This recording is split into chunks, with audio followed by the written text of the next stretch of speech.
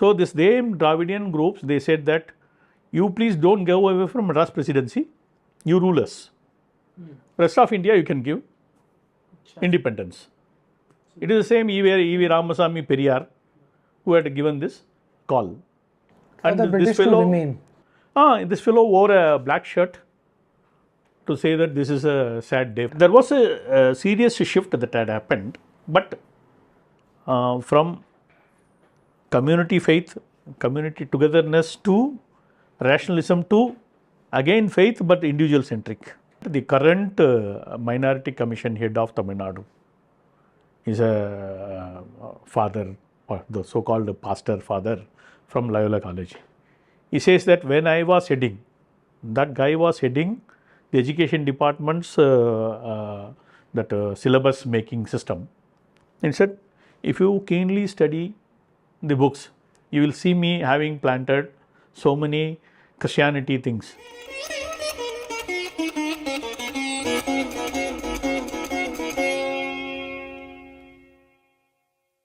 Namaste, welcome to another edition of my sit-down sessions with leaders. Today I have Kalyan Raman ji from Tamil Nadu. ये संघ के कार्यकर्ता रहे हैं 1985 onwards. Has been very vocal against the jihadis in Tamil Nadu and has been under constant attack. There are over 200 cases filed against him, mostly in 295A for hurting religious sentiments. Sadly, as you know, our sentiments don't get hurt when we have to hear things from mosques 5 times a day. He is from the Vaniyar community, which is a Kshatriya community, and one of the ignored ones by the BJP in Tamil Nadu, which is also possibly the reason for the slow rise of BJP in the region. He's been in BJP since Nitin Gadkari was the president. There was a separate wing that he was part of. He was a general secretary. He's done a lot of debates in Tamil Nadu, in Tamil, over 2,000 debates for representing the BJP in Tamil Nadu. Kalyan Ramanji. Namaste, namaste. Namaste. I'm going to focus on two things, the Dravidianism and the Islamic fundamentalism, jihadi forces in Tamil Nadu. So two things. Also Christianity, I know your focus is not in that, but we'll talk about one enemy at a time. That should be the right approach, and when you deal with life strategically in a socio-political arena, one enemy at a time would be the right aim. And Islamic fundamentalism is something that has gone from bad to worse in Tamil Nadu after so many targeted killings. What happened? Tell us if you can share what did you... I find when I travel in Tamil Nadu, the kind of resistance I see in North India, say the ex-Muslim movement, or generally people outspokenness in public spaces, I don't find that I have not found that in Tamil Nadu. Actually, all of Karnataka, Andhra, the in-your-face Muslims who are extremely, the body language, you tend to see that as if they are, you don't know what. I mean, not from a strength perspective, but from this pride perspective. I generally see that a lot in southern states, somewhat in Maharashtra, but in North India, I think that is missing. That aggression in the Musalman is not so visible in body language. But I see that differently. How did you start? There are specific reasons why a situation is different in places like Tamil Nadu. I can only talk about Tamil Nadu because I am reasonably well versed with Tamil Nadu. Compared to other states are not my concern, immediate concern at least. Okay, Tamil Nadu, I came back to Tamil Nadu way back in 2011 after serving a role of a national head of a shipping line in Mumbai for some time. And I'm a logistics professional, I run a shipping company of my own. So now, having come back, I saw the targeted killings happening in Tamil Nadu. And when I started observing it, realized that the so-called killings are born out of so-called pride of Islam. Okay, where this pride emerges from? You mean the pride means what? What do you mean by that? We are greater than you. We are greater than you. So that attitude exists. The attitude exists. They remain unchallenged for a long time. Whether there were reasons or not, they were carrying some pride, which probably did not have substance. And somebody had to tell them. The moment you start feeling proud, where the killing started, because I am a pride-oriented society, and my society is being challenged by some XYZ who is trying to say that something is wrong with my community, that is Islam. So I shall kill him. I am within my right to kill him. That is what we call it as Jihad. It's been rampant in Tamil Nadu because it is quite insulated by the Dravidian movement. They protect them in order to get their vote share. And so in that situation, who would challenge them? There is Hindu Munnani, which is an organization emerged after Mandaikadu and similar riots in Tamil Nadu. They were carrying out this challenging these Hindu Munnani started challenging Islamic fundamentalism in principle. But then the targeted killings made people like me who are not directly connected with Hindu Munnani. I am from ABVP staple. I was full-time worker of ABVP for some time in 80s, 90s, so for about 6 years. So people like us also started, because the social media has come handy to all of us. We need not be in Hindu Munnani to deal with Islamic fundamentalism. So we started challenging them slowly, one after another. The first premises that they have taken is that Hinduism is bad, caste-oriented, oppression, suppression. So we are greater than you. This is the stance they have taken. So they've taken that from the Dravidian movement. Dravidian movement. The Dravidian movement thrived on that caste oppression, whatever they call it as. And the Dravidian movement is for equality. So that's the portrayal that they've managed to. So because they are insulated, because they are whatever 6% roughly, vote share can directly go to DMK all the time. They are one above any other party like ADMK or BJP or anybody. So in order to protect them, they would do anything against whoever talks against Islam. This is the stance they have taken. So in turn, what we have taken is, there is nothing called pride in you. You are just another ordinary faith. This is the message we wanted to convey. We started conveying it. The conveying was, it went because of, again, the social media factor. Below ordinary faith. So because of the social media factor, the discussions went in a boiling point where the common man in the society started feeling that there is nothing great about Islam. When they started questioning, now today the fervor that the Islamic fundamentalists had in Tamil Nadu, it has come down drastically. That's the supremacist attitude. The so-called supremacy thought or superiority complex that they carried. This we have managed to subside today. That is the reason why you don't find killings happening in Tamil Nadu in the last 8 years. The last killing was in September 22, 2016. So you're saying they are more conscious of the mess in their religion now? Exactly. Today, any common man will be ready to challenge them, because so much of input we have managed to give them. Earlier, there were few voices, they managed to kill those few voices. Today, the moment they started talking about pride, there will be questions against it. That phenomenon we have managed to create today. And the ordinary Muslim don't carry that pride anymore. Of course, the fundamental elements are very much there, existing. Have to be on the defensive. They are on the defensive today. Absolutely. This is the scenario we have managed to create. We are happy to that extent.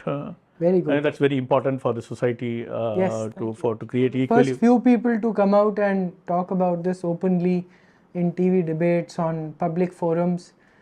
It's just very, very hard. Very hard. So thank you for changing that. What is there? Say I am a Kshatriya, so it is my duty to protect Dharma and to protect whoever from the Hindu Samaj. Why should somebody be killed just because he has some different opinion? Even our own thing, we have a system. Samadhan Bed Danda. You cannot take Danda finally and say that no, this is the final thing and nothing in between is applicable. This is what the stance the Islamic fundamentalists have taken. We have to give them back. Yeah. We gave them back. Tit for tat, as I call it. In war theory, in game theory, they say that the way to discipline an adversary is tit for tat strategies. Do exactly what they do to you and they will behave. In today, there is no thing called Islamic pride in Tamil Nadu. If at all anybody is trying to indulge in, that is because of some IS influence from elsewhere. There is no local influence today. But let's come to the Dravidians, and I'll keep toggling between all of them. DMK, Stalin's son. What do we... Okay, this is a very interesting thing. Firstly, just tell me, are there cases against Stalin's son for calling Hinduism malaria that needs to be broken? Are there cases against him? Not in Tamil Nadu. Even if you give cases in Tamil Nadu, they are not going to be taken up because of it is their own government. They are not going to take it up. Whatever the cases in rest of India, for which already something is going on, maybe they will fall in the feet of central government to protect them. This is what is bound to happen, in my opinion. So, first let us understand this Dravidian movement, which is very, very, very important. What is this Dravidian? In 1921, Mahakavi Bharati dies. Before he dies, he says, Arya Bhumi. He is talking proud about Arya Bhumi. He means nobleness for Arya Bhumi. But in next 20 years, the Arya becomes a race which has come from Khyber Bolan Pass. Yeah. Next 20 years. Okay, now what had happened? 1981, Vavesu Iyer was born. 1881, I think. 1881. 82, Bharati was born. 83, Subramanya Shiva was born. 84, Vanchinathan was born. Okay. Vavu Chidambaram in 1874, who was pioneer among them. These were the pioneers heading the independence movement after 20, 25, 30 years of. Now, of the 5 people that I have mentioned, 4 belong to the Brahmin community. So, the Britishers saw the Brahmins were the spearhead against their dominance in India or their rule in India. They started something called non-Brahmin movement, involving one Nadesha Mudaliyar, P.T. Tyagaraj Shetty and so on. There are 7-8 names, T.M. Nair. They started a non-Brahmin movement. They started bribing them to talk against Brahmins. They told this non-Brahmin group, you always attack Brahmins so that they have a problem of handling you rather than fighting for independence.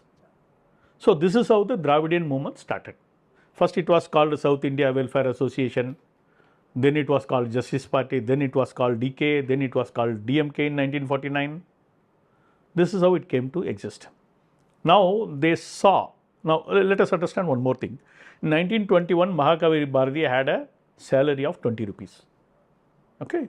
And these people who were elected to Madras Assembly, Madras Presidency Assembly, they were given something close to 5,000 rupees salary.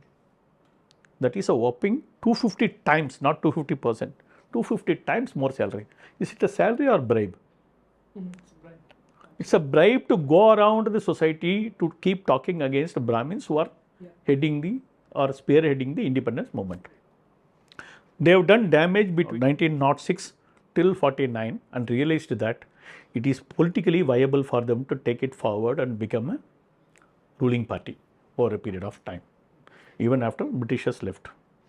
So, this same Dravidian groups, they said that you please don't go away from Madras Presidency, you rule us. Rest of India you can give independence. It is the same E.V. Ramasamy Periyar who had given this call. And the British to remain. This fellow wore a black shirt to say that this is a sad day for us. Independence Day was a sad day. Do they have a stand on this right now? Does everybody know this, that EVR wanted the British to rule Tamil Nadu? or Madras It presidency? is there and it is not there, I would say, because when you put so many inputs into the common man's brain, this goes dissipated. There is no specific targeted opinionation happening in Tamil Nadu, narrative setting happening in Tamil Nadu about EVR. EVR is supposed to be the foundation for these Dravidian groups. EVR was basically a lunatic. Okay, he had some problem with Brahmins when he went to have some food in a chowdhury in Kashi. So he developed anti-Brahmin sentiment and then he started talking nonsense about Brahmins. That's it. Beyond that, there is nothing. Otherwise, he was a womanizer. That is a well-known fact. So there is absolutely nothing called pride in. He was part of Nude Club of Europe. There are so many nonsense about this fellow. He is basically lunatic. And very interestingly, once 1949 DMK was formed, this man kept attacking them until 1967. Worst terminologies were used against them by EVR, against Annadurai and his clones. Okay. Once they came to power in 67, they went and fall in his feet saying that you are our guru. Okay. Then he stopped talking against the DMK as a party. This is what had happened. 20 full years he was attacking them in a most insulting manner. You can't even utter such words in public domain. Such bad words were used by EVR in writing, not just in public speech, what can go unnoticed. In writing in his papers, Vidudalai. He wrote all nonsense against these fellows. So, but once he died in 72, they said that he is our pioneer, he gave us all the philosophy. There is nothing called a philosophy there. After 72, what had happened was, of course, in 77, MGR came to power. Between 67 and 77, they managed to build a team of people who are beneficiaries of this 10 years of rule. And that team continues to build the beneficiary club, which could be something like 10, 12, 15% today. That forms their base today, sans ideology. They don't have anything called ideology, but a beneficiary club. This beneficiary club is holding on to the so-called ideology. What does the beneficiary? Job, opportunities, loot, bribe, whatnot, contracts, tenders. If my father or forefather was given an employment in a secretariat, I continue to remain after 2-3 generations, I continue to remain loyal to that party. That's the way I have built the system there. And it is a beneficiary politics for 15% for DMK and 15% for ADMK. This 30% we have to keep separated. They are there in almost all the communities, barring probably the Brahmins of Tamil Nadu. So this 30% if we keep aside, rest should be our target. This beneficiary politics is something we don't understand. As BJP, we don't read into what is really happening, into why Tamil society, a portion of Tamil society keeps supporting these elements and why segments are not coming towards us. These are some social study we may have to do to, and how Hindutva can be propagated. The only solution lies in Hindutva and Hindu consolidation, because 20% of state population is against us straight. Which is the Christians and and Muslims. The Christians are likely to be anywhere between 12-13%, and half of them pro-Christians, undeclared, who are holding Hindu name and Hindu reservation, SC reservation that they are enjoying, rest claiming themselves to be Christians. And roughly 6-7% Muslims. Now the population would have grown between 2011 and today. By then it was 5.87, something like that. Now probably it is about 7%. So together it is about roughly, let us say 19-20%. That portion, for time being, we have to keep aside. We are not going to get anything out of it. So from among the 80%, using the Hindu consolidation, BJP has to move on with a proper social study or social science. This is where we are probably, we are finding it difficult today. We have to work on Hindu consolidation. This is where we shall not be secular here. In Tamil Nadu, what ought to be done is Hindu consolidation. That is possible. Just that maybe over a period of time we will realize, because I think the focus was more on northern West India. Now that slowly our focus is shifting to south.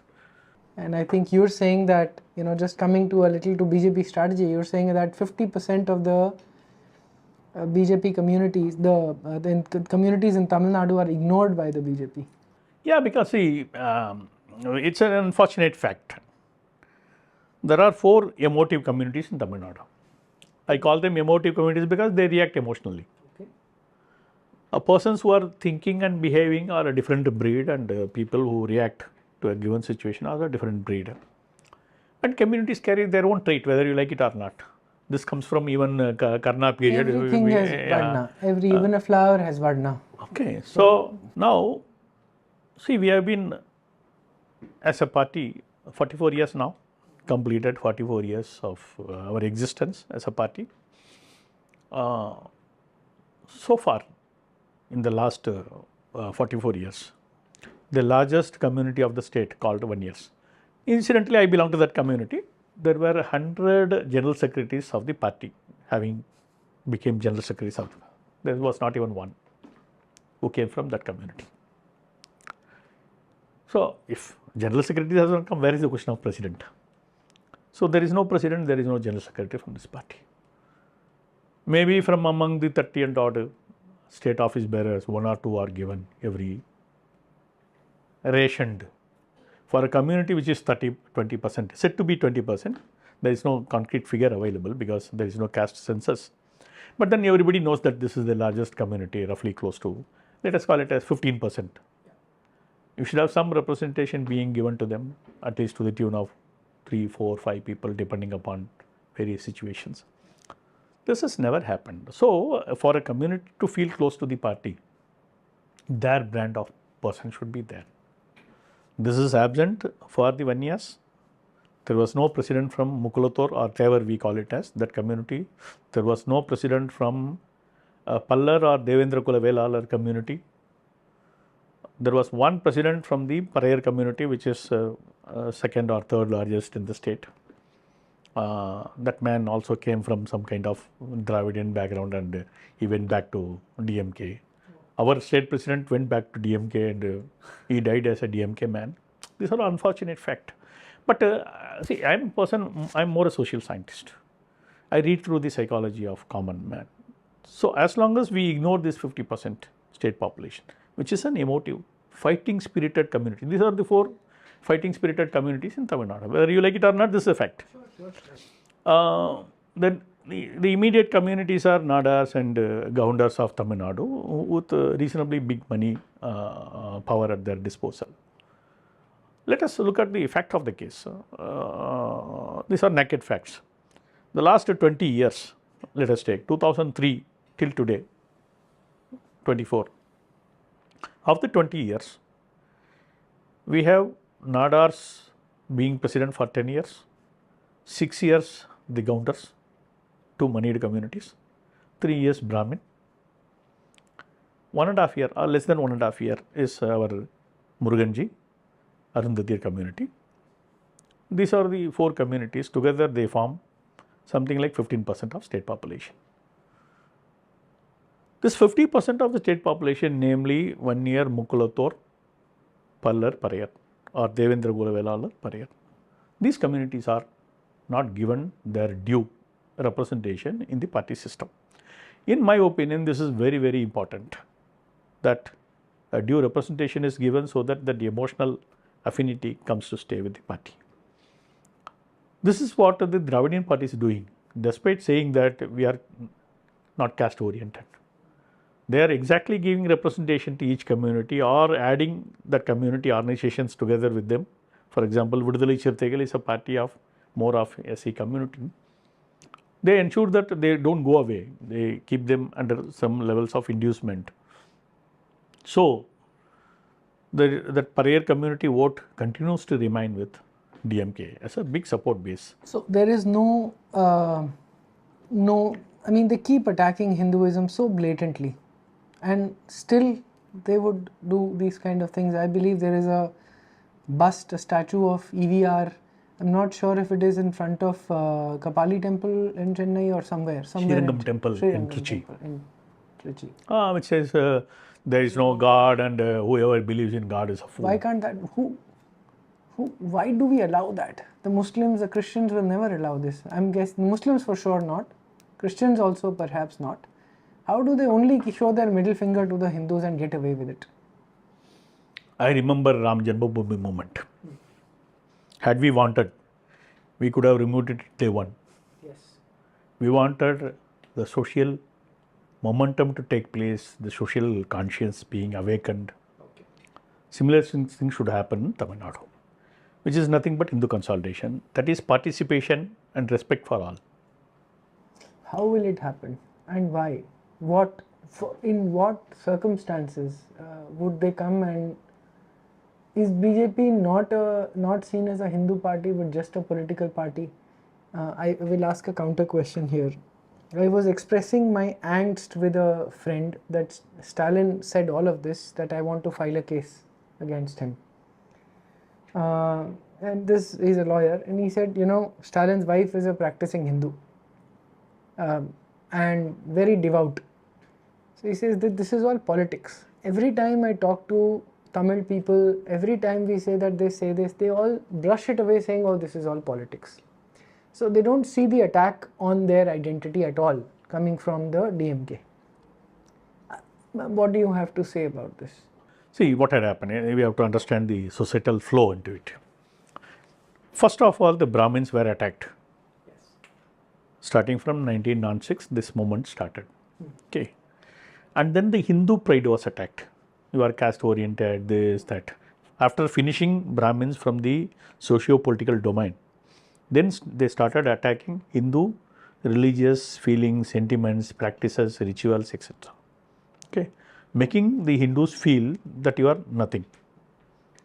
You are one of the most conservative, laid-back society.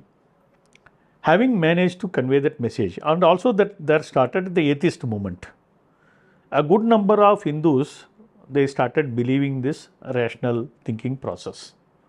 And then after MGR's arrival into political scene, there was a revival of Hindu sentiment again. But that did not emerge as a Hindu awakening thought process, but it went on more as a Hindu faith or Hindu rituals. Not as a community thinking together. Earlier it used to be community thinking together for its benefit.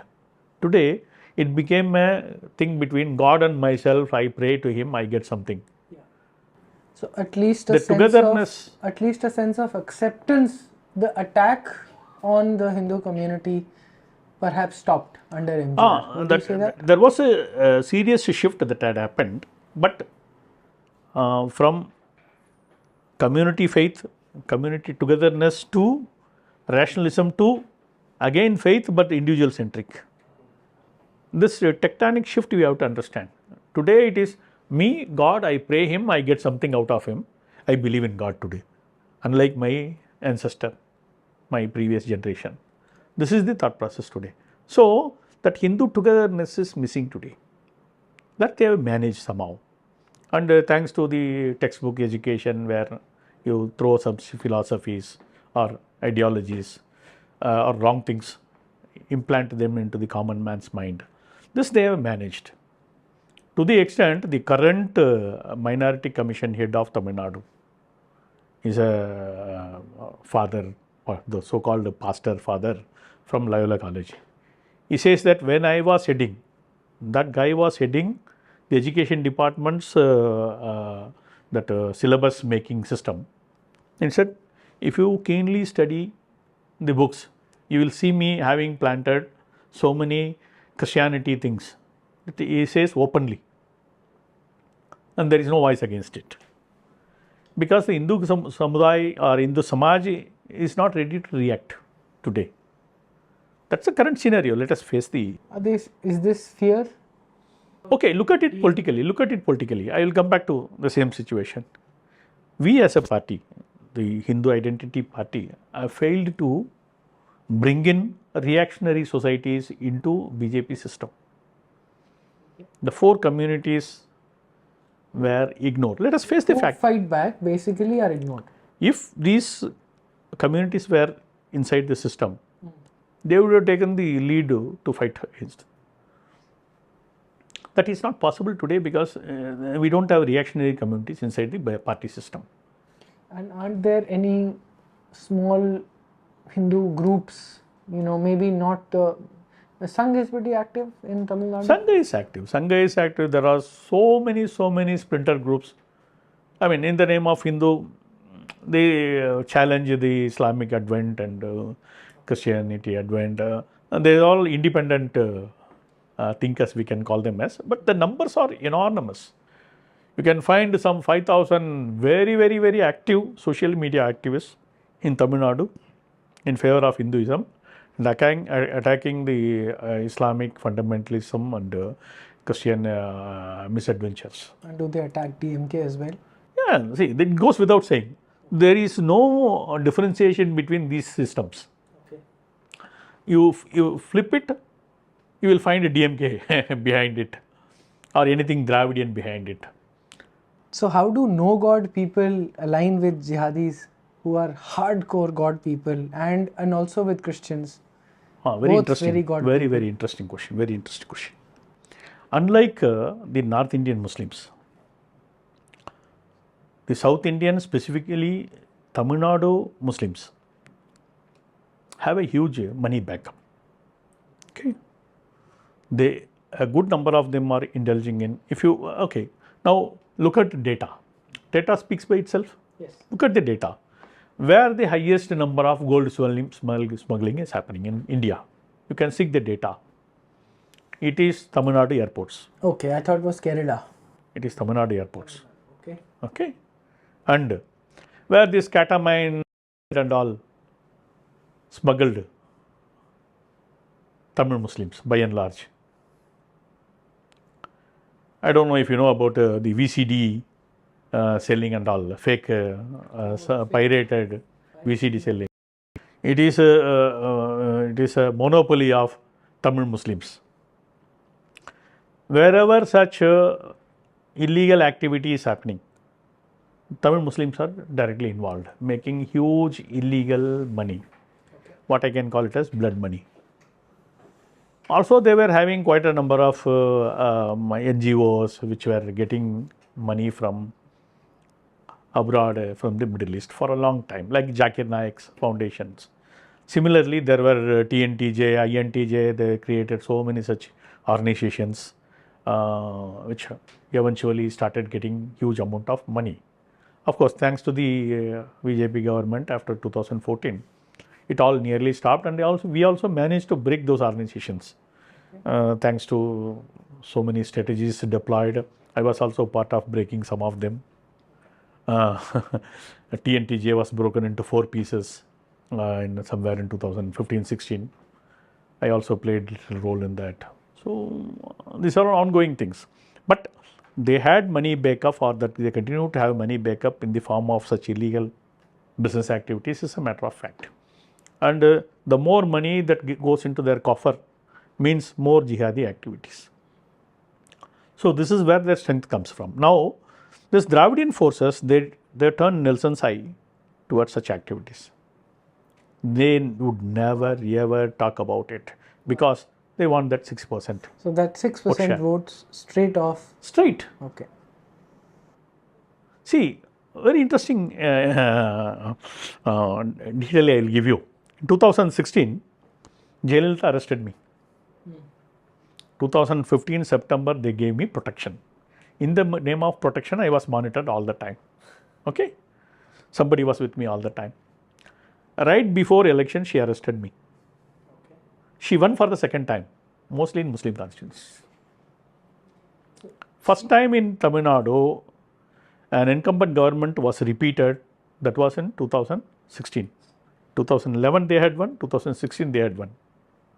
They had won because they got Muslim votes for the first time. ADMK got Muslim votes. I didn't know it. Somebody made this observation after 2 years to me. But how? I mean, why did the Muslims... There was a shift. Okay. So Kalyan Raman was seen as the anti-Muslim man.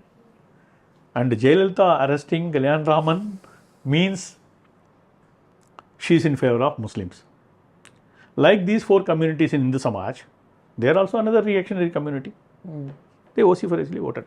They shifted and voted for her. She won with 1.1% more than DMK votes. DMK means that combination votes. She had won. First time in the history of Tamil Nadu after a long time, after 35 years, let us say. First time they won for the second time. Till such time, 89, 87 one party, 89 another party, 91 another party, 96 another party, 2001, 2006, 2011. That cushion being provided by Dravidianism by turning Nelson's side towards all these activities, that is giving them considerable strength to carry out all kind of jihadi activities. Of course, with the interference of the central government, a lot of things have been stopped today. But that is not sufficient still. Okay, and let's talk, I don't know if you wish to talk a little bit about Christianity. In my travel from in Tenkasi, Tirunelveli, the whole area is infested, if I may use that term. Every 100 meters there is a church. And the church will still be small, but they will have this big danda going up and the cross will be on top of it. It is just supremacist. It is not spiritual at all. You are right, actually. See, what people would have forgotten is, or had forgotten is, that it was Church of England, not Church of South India. It was Church of England which got converted as Church of South India or North India later, just by changing the plank. But in terms of mindset, it continues to remain as Church of England. Now, it needs investigation. From where they got thousands and thousands of acres of land, parcels that they are carrying in Tamil Nadu, across Tamil Nadu today. Now, let us look at some of the facts. You have one Loyola College in the center of city, something like 60-70 acres of land. If you quantify it in terms of value, it will be easily 2,000, 2,500, 3,000 crores. Okay. Now,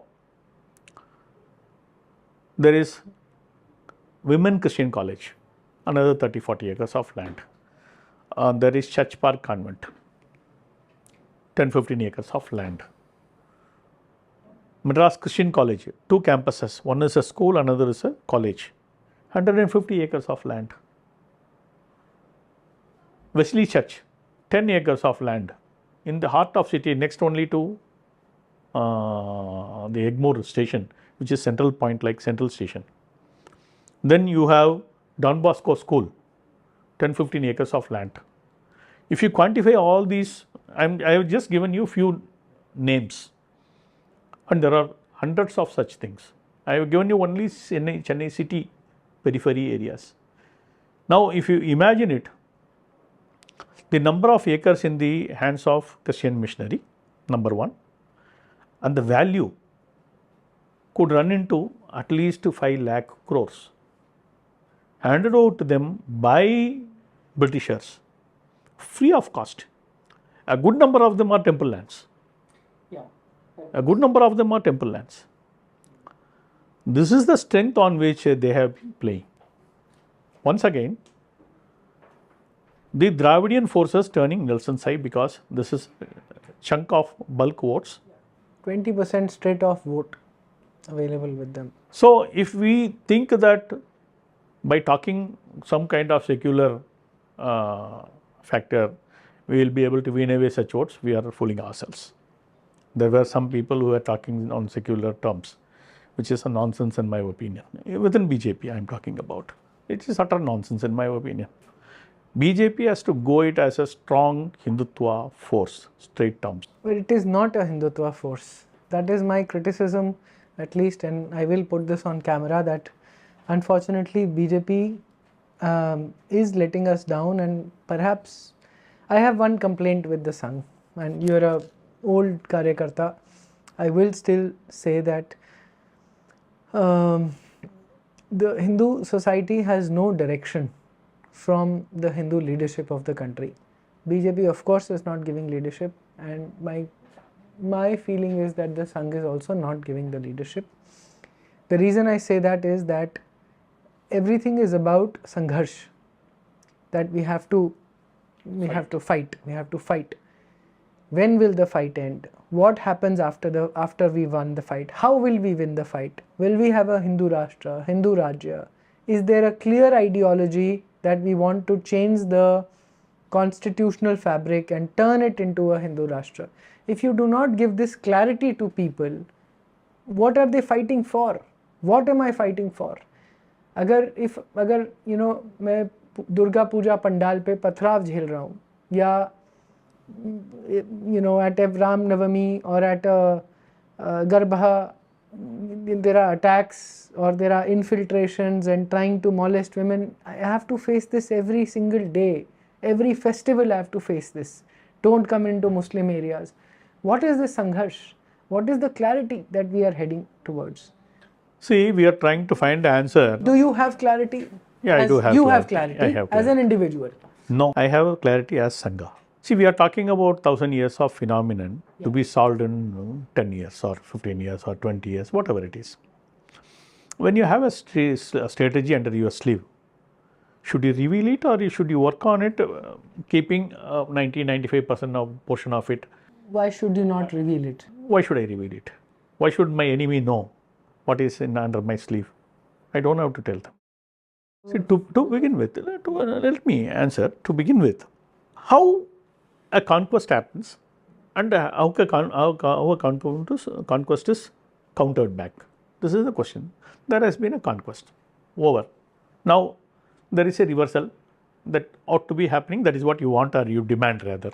Okay. Now, I go and sit in a sofa which is occupied by one man lying down. I go sit there, put his leg aside, sit there. Now he has to shrink himself. Now I call the other person, Arey bhaiya, aa jao, baito. Then this fellow has to get up and sit in the corner. Then I tell him, Arey, you have been sitting there for a long time. Why won't you allow the other person sit? You stand. So for every act, I need not tell him at one go. I have to do it one after another. This is what strategy is all about. I think Sangha has a greater vision in this direction. A good number of factors need not be told, and they may be happening. I am not the person who is strategizing. So, but reading through the mind of Sangha, I am able to understand and realize how things are taking shape. A classic example being, I talked about Ram Janmabhoomi. We could have won it at day one with our brutal force. The Hindu Samaj was ready to take Ram Janmabhoomi. But then we did not allow it to happen. We wanted a Hindu momentum to take place. It happened.